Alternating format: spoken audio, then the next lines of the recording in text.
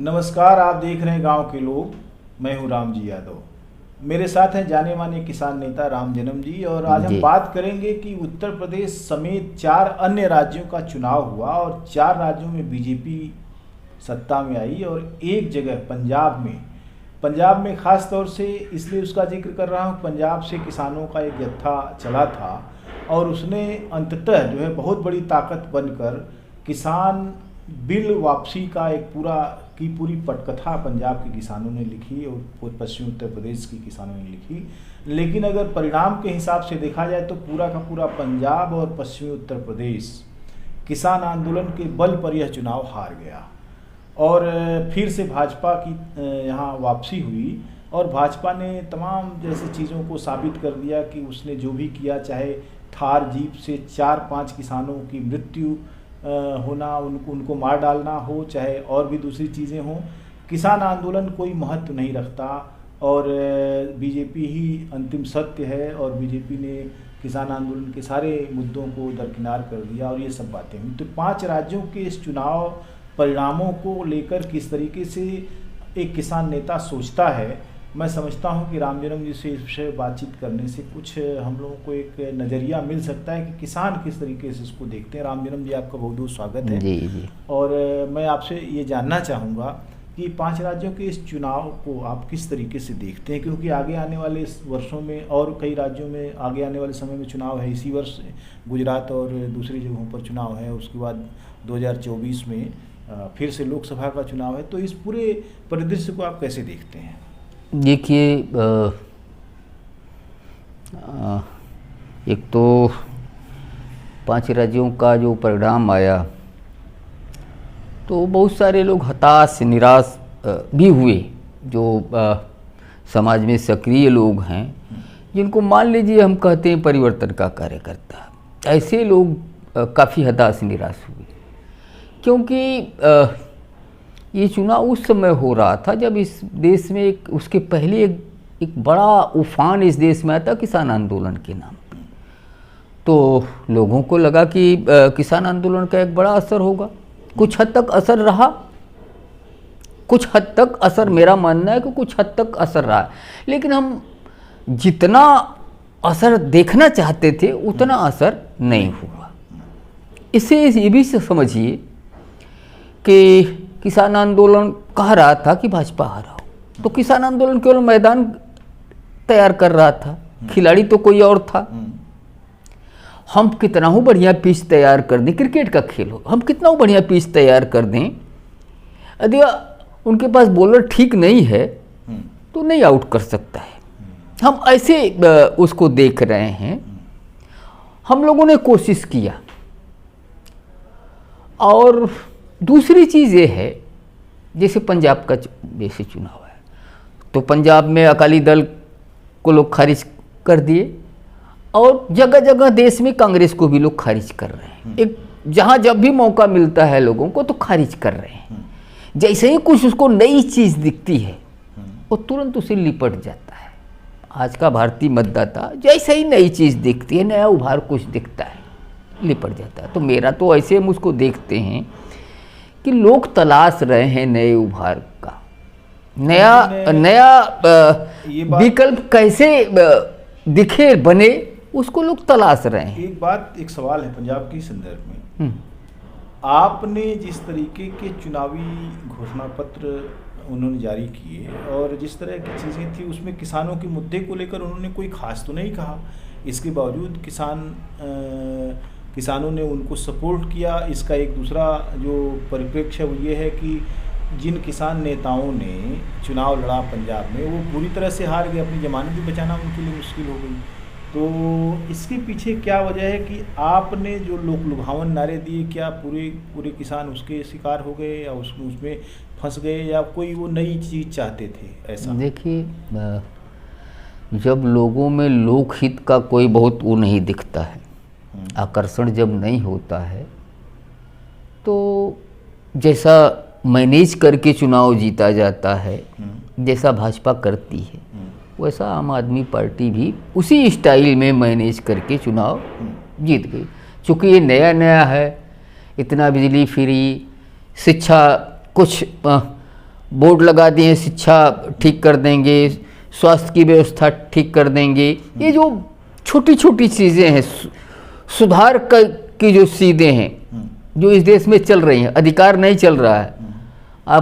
आप में कुछ सुधार हम करेंगे, हम आपको अधिकार नहीं दे रहे हैं, हम का कुछ सुधार कर रहे हैं। जनता भी मान लिया कि ये जो इस दौर की जो राजनीति है वो हमारे में कुछ सुधार कर देगी, लेकिन हमारा अधिकार अभी नहीं मिल सकता, इस राजनीति से नहीं मिल सकता। ऐसा मेरा मानना है कि जनता ने भी तय कर लिया है, मान लिया है कि इस बनावट की राजनीति, जिस बनावट की राजनीति आज देश में है, वो हमारे अधिकार को नहीं दे सकती है। कुछ सुधार हमारे में जो ज़्यादा सुधार करता है उस पर लोग विश्वास कर जाते हैं।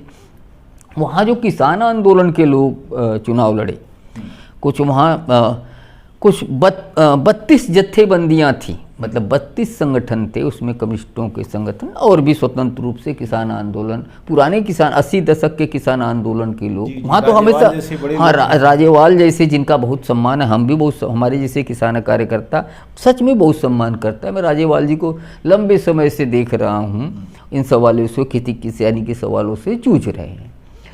तो लेकिन जिस तरह से खारिज वहाँ के लोग किए, एक सवाल मेरे मन में भी पैदा हुआ, क्योंकि देखिए ये जो इस दौर की राजनीति है, राजनीति में समस्याओं का हल नहीं है ऐसा लोग मानते हैं, समस्याओं का हल इन आंदोलनों में है ऐसा लोग मान लिए हैं। और मान लिए हैं तो जो इस आंदोलन से राजनीति में जा रहा है, बिना लोगों को बताए तुरंत पार्टी रजिस्ट्रेशन कराना, संयुक्त समाज मोर्चा बना लेना और चुनाव लड़ जाना, लोगों में विश्वास नहीं पैदा कर पाए। क्या ये राजनीतिक अवसरवाद है? लोगों को समझ में आया कि राजनीतिक अवसरवाद है। मैं नहीं कहूँगा राजेवाल जी को कि राजनीतिक अवसरवाद किए, जैसे इतना जो पूरा जीवन अपना इस किसान आंदोलन के लिए समर्पित किया, अब उन समझ की बात है, उनको लगा कि राजनीति में कुछ हम बड़ा कर देंगे। जैसे दक्षिण में पेरियार भूल हो जाती है कभी का ये मानना था कि सारे के सारे राजनीतिक दल अपने चुनावी नारों के मद्देनजर जनता से झूठे वादे करते हैं और कई ऐसी चीज़ें भी उनके उसमें आती हैं जिसका कोई ज़मीन से लेना देना नहीं होता। इसलिए सामाजिक संगठन मजबूत रहने चाहिए।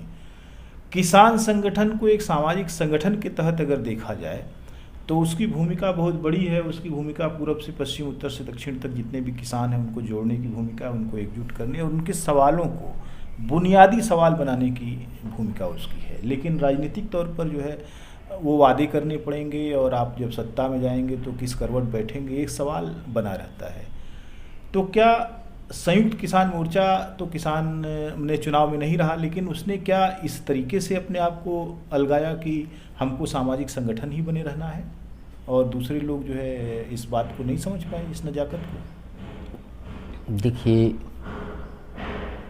आज़ादी के आंदोलन के दौरान भी बहुत सारी चीज़ लोग नहीं समझ पा रहे थे, लेकिन गांधी कुछ चीज़ को समझे, कुछ प्रयोग किए, बड़े बड़े प्रयोग किए। 1920 उसके आसपास स्वदेशी के नाम पे पूरे देश को बाहर निकाल दिए, सब लोग अपना विदेशी कपड़ा ले जाके जलाना शुरू कर दिए, मतलब एक बड़ा सा माहौल पैदा किए।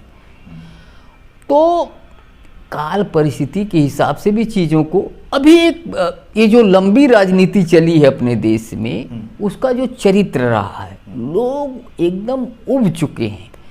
तो राजनीति मेरा अपना, मैं जैसे मेरे जैसे कार्यकर्ता का मानना है कि राजनीतिक मेरा धर्म है। मैं राजनीति को धर्म के हिसाब से मेरी किसी धर्म में कोई आस्था है। मैं हिंदू परिवार में हूँ, लेकिन मेरी कोई धार्मिक आस्था नहीं है, लेकिन राजनीति को मैं धर्म के हिसाब से मानता हूँ। लेकिन आज मैं कह रहा हूँ कि आज के दौर में राजनीति के बाहर जाकर के, वो गैर राजनीतिक नहीं होगा, लेकिन राजनीति के बाहर जाकर के सोचने की ज़रूरत है, हल वहाँ से होगा। फिर आप अपने मन की राजनीति तय कर सकते हैं, बना सकते हैं।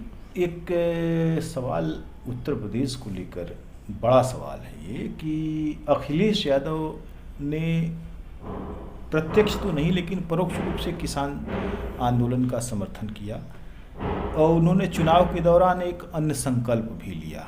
अन्य संकल्प से यह उनका तात्पर्य था कि किसानों की ताकत हमको सम्मिलित रूप से सपोर्ट करेगी और हम फासिस्ट बीजेपी सत्ता को, किसान विरोधी सत्ता को हमने उखाड़ फेंकेंगे। लेकिन ऐसा हुआ नहीं।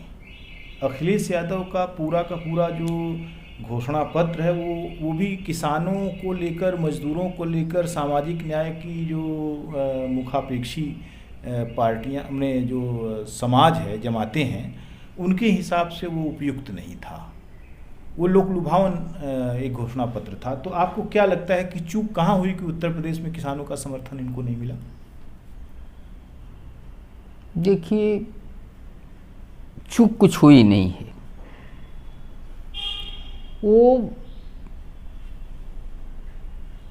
कैरेक्टर नहीं था जो लोग चुनौती दे रहे थे, जैसे अखिलेश जी चुनौती दे रहे थे। अखिलेश की राजनीति में वो कैरेक्टर नहीं है। अच्छा। अभी लोग जैसे आप देखिए ना कि मतलब अखिलेश सब कुछ के बाद भी ये जो परिवर्तन है ना, ये छोटा हो चाहे बड़ा हो, सत्ता का भी परिवर्तन कुछ बलिदान मांगता है।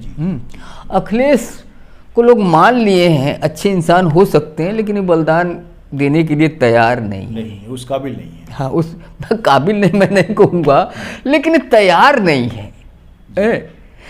देखिए, मैं अभी एमएलसी का चुनाव हुआ, मुझे कचट होती है। एक चुनौती थी भाजपा को कि उनके प्रत्याशी, इटावा के प्रत्याशी उदयवीर सिंह, उनके सबसे करीबी आदमी हैं, सलाहकार हैं उनके, और उनका पर्चा छीन लेते हैं लोग। पर्चा जमा करने जा रहे थे, छीन लेते हैं, अखिलेश को ट्वीट कर देते। अरे अखिलेश को वहाँ इटावा पहुँच जाना। जैसे ही अखिलेश इटावा पहुँचते 10-15 हज़ार लोग उनके पीछे पीछे वहाँ पहुँच जाते। अखिलेश का सौभाग्य है कि उनके पास एक भीड़ है। हाँ, वही मैं मुझे दर्द होता है कि ये भीड़ मेरे साथ होती तो मैं 20 बार ये काम करना चाहिए, क्योंकि भाजपा को चुनौती अब सड़क से ही दी जा सकती। जितना उसका विस्तार हो गया, जहाँ जहाँ वो अपना विस्तार कर लिया है, उसको अब सड़क से एक बड़ी चुनौती देने की ज़रूरत है। कभी कभी राहुल प्रियंका करते हैं, लेकिन उनके पास वो ताकत नहीं है। जैसे हमारे पास भी कोई ताकत नहीं है, उनके पास भी कोई ताकत नहीं है। वो करते हैं वो काम, लेकिन कुछ अखिलेश करते तो मेरा अपना जो समझ है कि 10,000 तुरंत पहुंचते, 1-2 दिन में लाखों हो सकते थे। जी। और अखिलेश ने इधर बीच तो किसी भी, तो ये चूक नहीं है, एक कैरेक्टर है किसी। हाँ, सही कह रहे हैं आप। और किसी मुद्दे पर हम देख रहे हैं कि ट्विटर से बाहर वो आ ही नहीं रहे हैं। ऐसा क्या है? जैसे मुझे लगता है उनको जो राजनीतिक विरासत मिली, एक लड़ाकू व्यक्ति की विरासत मिली उनको, लेकिन वो खुद उस लड़ाकूपन से महरूम हैं। वो उनमें दूर दूर तक नहीं दिखाई पड़ता। और मज़े की बात यह है कि उनके पिता के कारण और खुद उनके कारण भी जो एक बहुत बड़ी जमात है उत्तर प्रदेश की, वो जाति में नहीं बंधी हुई है। वो चाहती है कि जो है वो गुड गवर्नेंस के साथ साथ जो एक न्यायपरक जो व्यक्तित्व है वो हो, लेकिन वो व्यक्ति उसको सस्टेन नहीं कर पा रहा। ऐसा क्या वजह है आपको लगता है? देखिए, ये सब दुर्भाग्यपूर्ण स्थितियाँ, परिस्थितियाँ हैं। हम लोग चाहते हैं कि इस देश का विपक्ष खड़ा होके, ऐसी एक बर्बर सत्ता है जी, सच में बर्बर सत्ता है। मैं जो कह रहा हूँ, जैसे मुझे अपने देश से प्रेम है, इसकी बनावट से प्रेम है, इसकी विविधता से प्रेम है, इसके जो कुछ चीज़ें बनी थी, जैसे रेल बना था, भेल बना था, सेल था, ये जितनी चीज़ें थोड़ी बहुत जो बनी थी, जिनका निर्माण हुआ था, मैं मानता था कि ये देश की संपत्ति है, ये देश की सभ्यता है, संस्कृति है, ये देश के लोग हैं। ये सब कुछ छिन्न भिन्न कर रही है राजनीति के मार्फत भाजपा, और उसको कोई चुनौती देने वाला, ये दुर्भाग्यपूर्ण है। इसलिए हम लोग चिंतित होते हैं। हम लोग कभी कभी, जैसे किसान आंदोलन के कुछ लोगों ने कुछ बातें, अखिलेश को सब मानने के लिए तैयार हो जाते हैं। वो जो अन्न संकल्प है, वो मेरा अपनी जो खबर है हमारे पास, वो किसान आंदोलन के नेताओं से बातचीत करके ही, क्योंकि हम चाहते थे कि भाई इस समय अखिलेश ही हैं। मैं तो आगे ये चाहता हूँ कि 2024 में मोदी हराने के लिए हमको जो भी करना, भाजपा हटाने के लिए जो भी करना पड़ेगा, किसान आंदोलन को करना चाहिए। लेकिन मेरा हम ऐसा देख रहे हैं कि इस देश में कुछ स्वतंत्र टाइप के लोग हैं, जैसे एक नाम लूँगा प्रशांत भूषण, स्वतंत्र टाइप के नागरिक हैं जो कुछ ये सब चीज़ें कर रहे हैं। कभी वो दलों से बातचीत नहीं करते हैं, लेकिन इस बार ये लोग हम हैं हिंदुस्तानी करके कार्यक्रम शुरू किए हैं। एक कमेटी भी 10 लोगों की, गणमान्य लोगों की बनी हुई है, उसमें प्रशांत भूषण जी हैं। प्रशांत भूषण से थोड़ी बहुत परिचय है, बातचीत होती है, तो पता चला कि हम लोग भाजपा हराने के लिए 2024 में सारे विपक्षी दलों को गोलबंद करने का काम जो हम कर सकते हैं, सबसे निवेदन करेंगे, सबसे बातचीत करेंगे और उसमें क्या क्या करना होगा अपने को पीछे रख के हम उसमें कोई हिस्सा नहीं मांगेंगे कि हमको 1 सीट 2 सीट 4 सीट जो भी देना मत दो, लेकिन हम सब लोग मिल के, क्योंकि बिना मिले अभी इसको चुनौती नहीं दी जा सकती है जो राजनीतिक माहौल जैसा बन गया है। एक और चीज़ जो देखने में आई है, जैसे आपने जो अपना पूरा जो किया, आपने 300 यूनिट बिजली फ्री और दूसरी तमाम सारी जो चीज़ें जो एक तरह से कहिए कि जन कल्याणकारी योजनाएं, लेकिन समाज तो विभिन्न स्तरों पर जो है विभाजित है और विभिन्न स्तरों पर विषमतापूर्ण है। तो क्या अब चुनाव में यही लोक कल्याणकारी और लोक लुभावन नारे ही काम आएंगे, या उस विषमता को ख़त्म करने वाली कोई ऐसी आवाज़ भी उठेगी जो इन लोक लुभावन चीज़ों से ऊपर उठकर थोड़ा काम करेगी? आवाज़ तो हमेशा उठती रही है, उठेगी। ये देश का मिजाज ही ऐसा है कि उठेगी, लेकिन अभी चल रहा है जैसे जो लाभार्थी कह रहे हैं वही दूसरे तरह का लाभार्थी ये भी है। 2 प्राइमरी स्कूल को ठीक ठाक कर दीजिए, उसमें मास्टर बैठा दीजिए, कहेंगे हम शिक्षा बदल दिए। 300 यूनिट कहीं से कुछ दूसरे तरह के कर लगा दीजिए, 300 यूनिट बिजली कुछ लोगों को फ्री कर दीजिए, कुछ लोगों को, मतलब वो भी एक लाभार्थी का वो है, सोच है। लोगों के अधिकार से उसका कोई लेना देना नहीं है। ये जो क्रूर गैर बराबरी है, क्रूर हो रही है गैर बराबरी, वो चाहे आर्थिक सामाजिक, तो उस तरह से उतनी क्रूरता थोड़ी उसमें बैलेंस हुआ है, लेकिन जो आर्थिक गैर बराबरी क्रूरता का रूप धारण कर रही है, उस पर कुछ आप बोल नहीं रहे हैं। उस पर कोई आपकी सोच है कि नहीं सोच है, पता नहीं चलता है आपकी राजनीति की मार्फत। तो ये तो एक लाभार्थी वाला काम है, और वो सातिर लोग हैं। मैं तो थोड़ा नज़दीक से देखा हूँ आम आदमी पार्टी को, वो सातिर लोग हैं। सत्ता के लिए वो सातिरपना, जैसे RSS सातिर है वैसे केजरीवाल सातिर है, वो उतना बड़ा सपोर्ट उसको नहीं है कहा जाए कि। और मेरा तो अपना मानना है कि कारपोरेट को केजरीवाल भी पसंद होगा, यदि मोदी नहीं तो केजरीवाल, ऐसा भी होगा। जनता का कान पकड़ना है, चाहे घुमाकर पकड़िए चाहे सीधे पकड़िए, ये बातें हैं, ये ऐसा लगता है। बहुत बहुत धन्यवाद आपने इस चुनाव के मुद्दे पर और लोगों की भूमिका पर, ख़ासतौर से जो गैर भाजपा दल हैं उनकी भूमिका पर आपने बात रखी। बहुत बहुत धन्यवाद। मित्रों, आप सब्सक्राइब कीजिए इस चैनल को, क्योंकि ये आपका है और आपकी बात को आप तक पहुंचाने के लिए प्रतिबद्ध है।